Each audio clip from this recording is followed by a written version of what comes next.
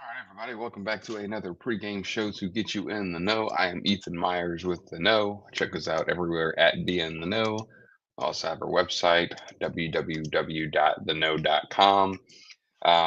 Another week of Saints football, and hopefully another week of nothing we saw prior, right? Because it was kind of the tired thing where we were doing the same thing over and over again, not getting any results. Lots of things have came out about Dennis Allen that just don't quite make sense. So excited to see what goes on here, what happens, and everything like that for this game against the Falcons. Obviously, the Falcons are having a pretty good season. They are having the best season for the NFC South. They are currently 6-3, and they are first place in the NFC South. So it should be a good game either way. I think no matter what the records indicate, these teams typically late in the season play each other pretty well, no matter who's having a good season, who's having a bad season, so on and so forth. So that will be interesting to see how that goes either way. But the biggest news, I think, is Dennis Allen was fired. A lot of folks, myself included, I didn't really see it happening mid-year. Close to the end of last season, I had mentioned that um, when needed, Gail shows she's willing to step in.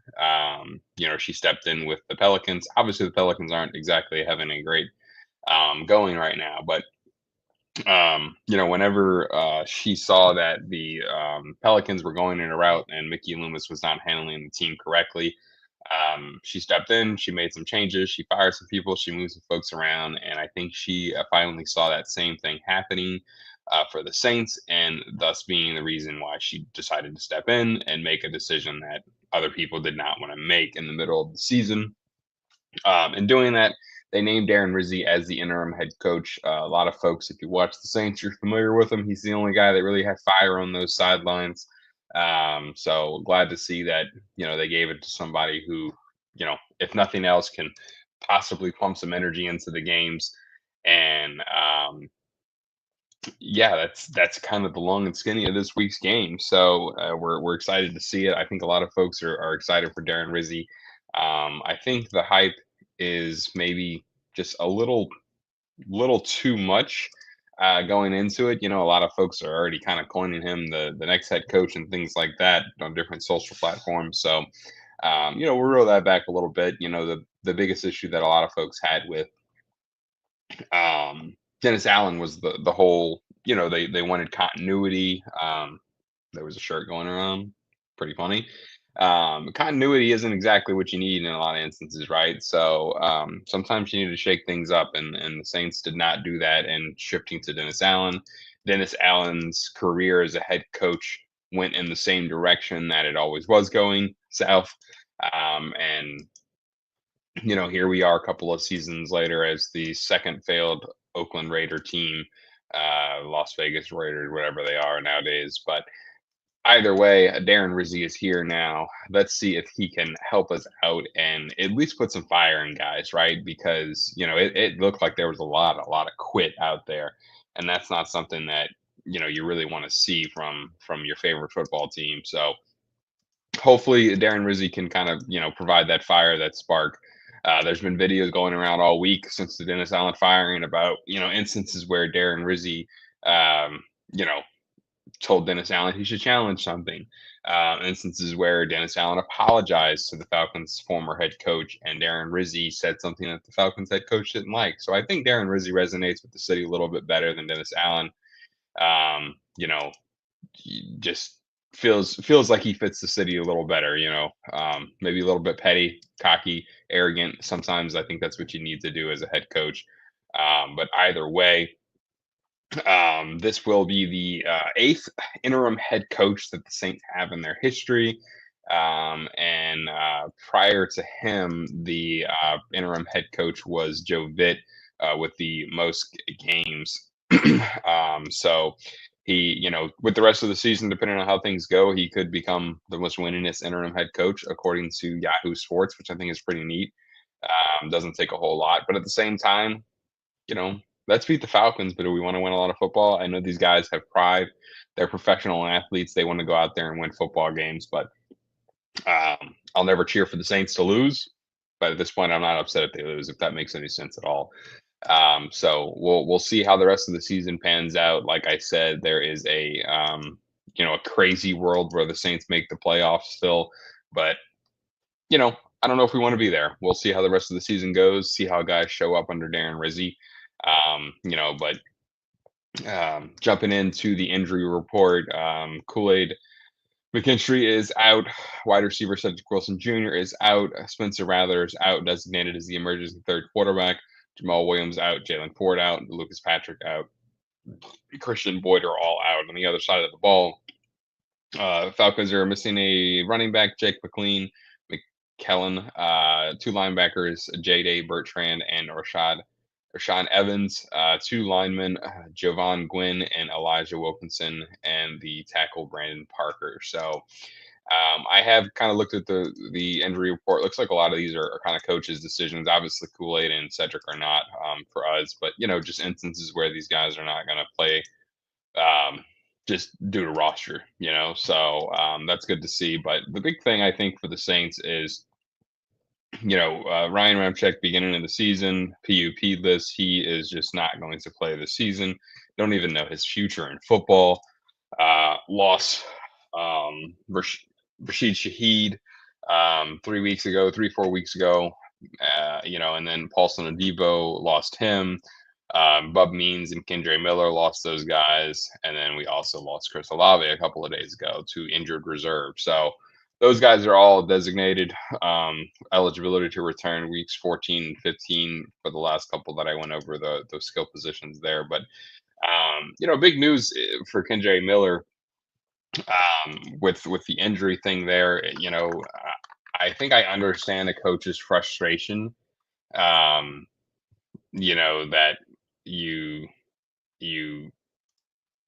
you're frustrated with the fact that he hasn't played a lot, right? So I think that makes sense. But I think to kind of punish a player by putting him on injured reserve purely because of the history, not a good move. Not a good move for a head coach at all.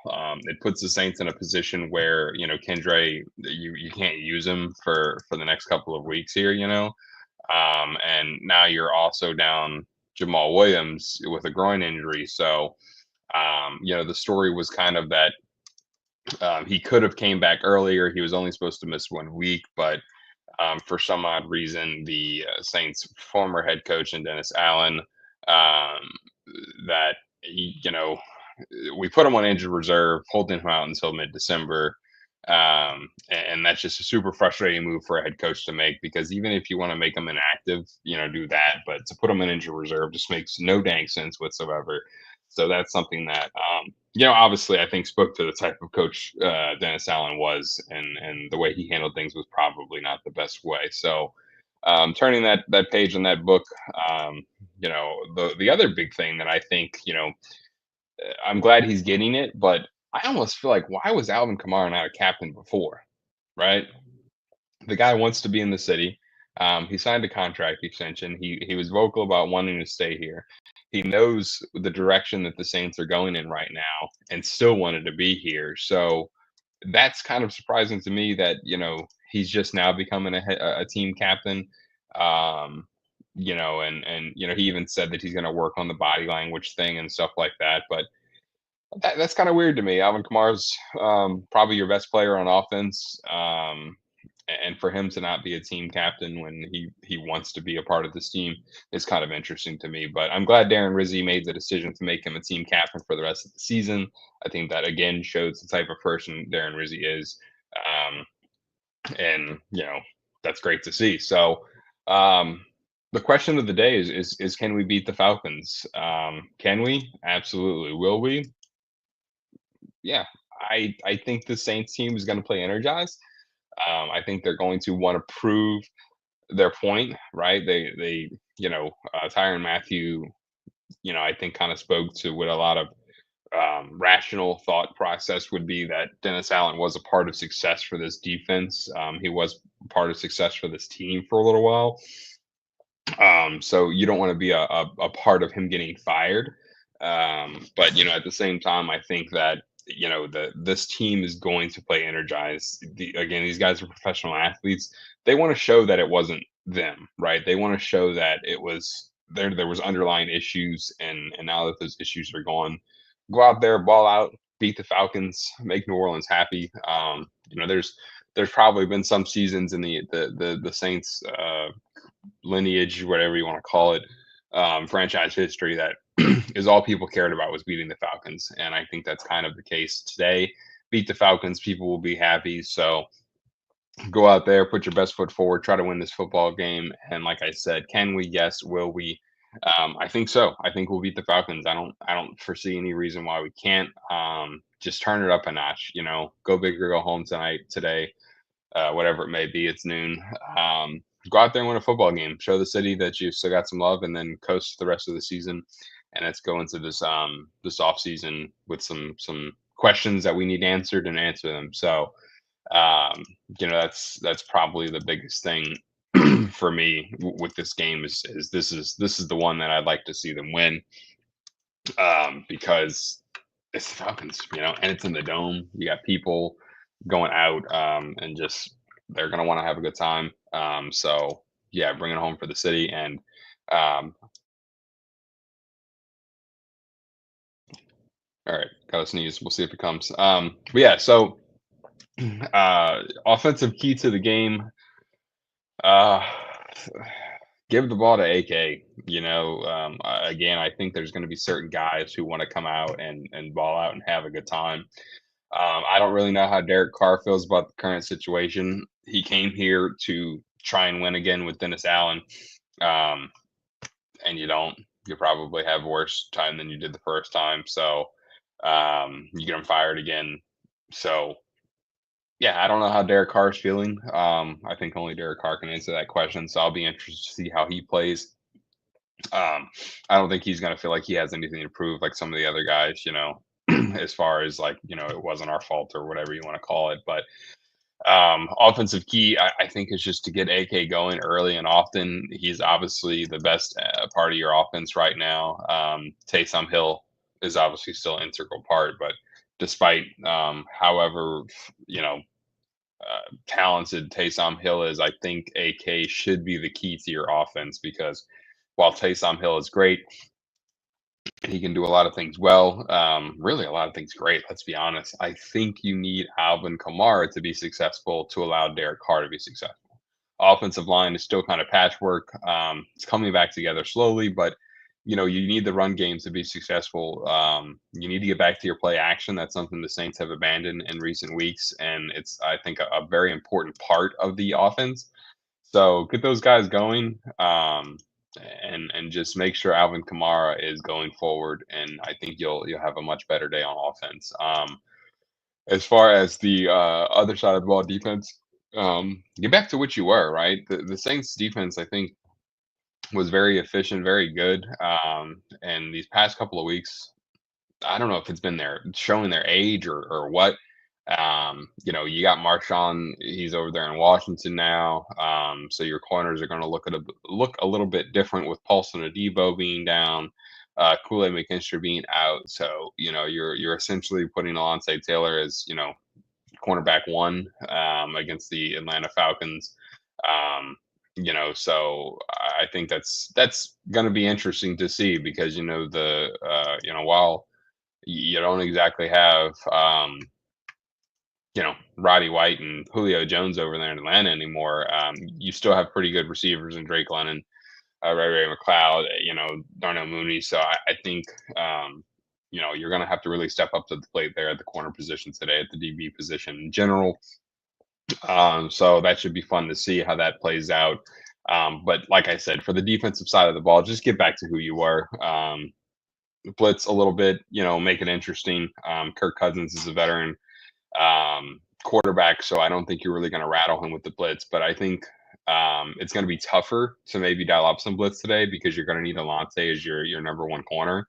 So that should be interesting how that plays out. And then you have Kyle Pitts that you're going to have to probably dedicate a linebacker and a safety to. So should be interesting to see how it plays out. But ultimately, I would just like to see the defense kind of look like a themselves a little bit more because the last couple of weeks they've kind of look like a shell of themselves, and it hasn't been great to see because the defense was kind of the strong point of the ball, but it was declining for it fell apart the last couple of games, but maybe the last season and a half it's kind of been declining. We've seen some things show up that we don't want to see. So last but not least, well, actually not last but not least, but one of the last things that we'll go over here is the NFC South. Obviously, like I said, the picture, doesn't look great for the Saints just because of everything going on with coaching changes and everything like that. But you have the 4-5 Tampa Bay Buccaneers facing up against the 4-4 San Francisco 49ers. Christian McCaffrey is coming back, so hopefully they run all over the Bucs just because I like to see the Bucs lose, no other reason. But and then currently the New York Giants are losing to the NFC South rival and the Carolina Panthers. So if we want to stay in last place, that's good for us. If we don't want to stay in last place, not good for us because the Panthers currently have the same record as us at 2-7, and they obviously beat us. So we'll be in last place almost no matter what happens. But either way, that is the NFC South picture. And as you know, we're playing the Falcons, so that covers that one. The NFL slate is a pretty good one. A lot of even matchups throughout the day today. So, during the Saints game, obviously we'll have our eyes on that 49 Buccaneers score. I'll also be kind of peeking in on the Commanders game just to see if, Marshawn, I don't even know if he's suiting up, to be completely honest with you, but, we'll see. But I'm just excited to see the Commanders playing very, very well because, Jaden Daniels is out there killing it. Looks great, and it looks great on for the Commanders in general this season at 7-2. And then the nighttime game, you have the Lions and the Texans, and then Monday Night Football, you have the Dolphins and Rams. So good action all the way across the board this week for the NFL. And again, the actual last but not least, we will take a look at some bets. I think you have to take AK today, for anytime touchdown scorer. Just because I think he's going to come out with some energy. He's going to come out with some want, you know, and that's one thing that I think bodes well for the Saints. I think AK is going to want to make a point. He's a team captain now. A lot of things going, in the direction of him having a good game. So, I also think that you could probably, I said this last week and it didn't work out, but I'm gonna say it again. I still like Mason Tipton to catch a touchdown. I think he's due. I think he needs to have a good game to kind of stay on the positive side of folks' good graces. So I'd like to see him get one, but that's on the Saints side of the ball. On the other side of the ball, Saints are down to just Alontae Taylor, so I kind of like the idea of Kyle Pitts getting in the end zone. I don't know if we have a linebacker or a safety that could cover him well. So if they get into the end zone, it should bode well for them with Kyle Pitts. So Alvin Kamara, Kyle Pitts, Mason Tipton again. I think that's one. But another safer one you could probably go with is Taysom Hill. Again, I think the Saints are going to try and make a point. They're going to use all their weapons. So I like all of those guys to get a touchdown. Obviously, I don't know if the Saints are going to get 3 touchdowns, but if you want to kind of spread a unit across all 3 of them, I think it could bode well. So that has been it today. So don't forget to check us out everywhere at Be in the Know, www.theknow.com. We have a Saints podcast called That Saints Podcast. Check it out.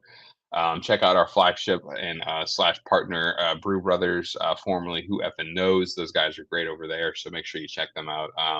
But yeah, that's been the pregame show to get you in the know. We'll be back postgame, and we will be here talking about Saints' immediate reaction, breakdown of whatever may have happened. So check us out postgame. We'll be here, and we will see you later. And who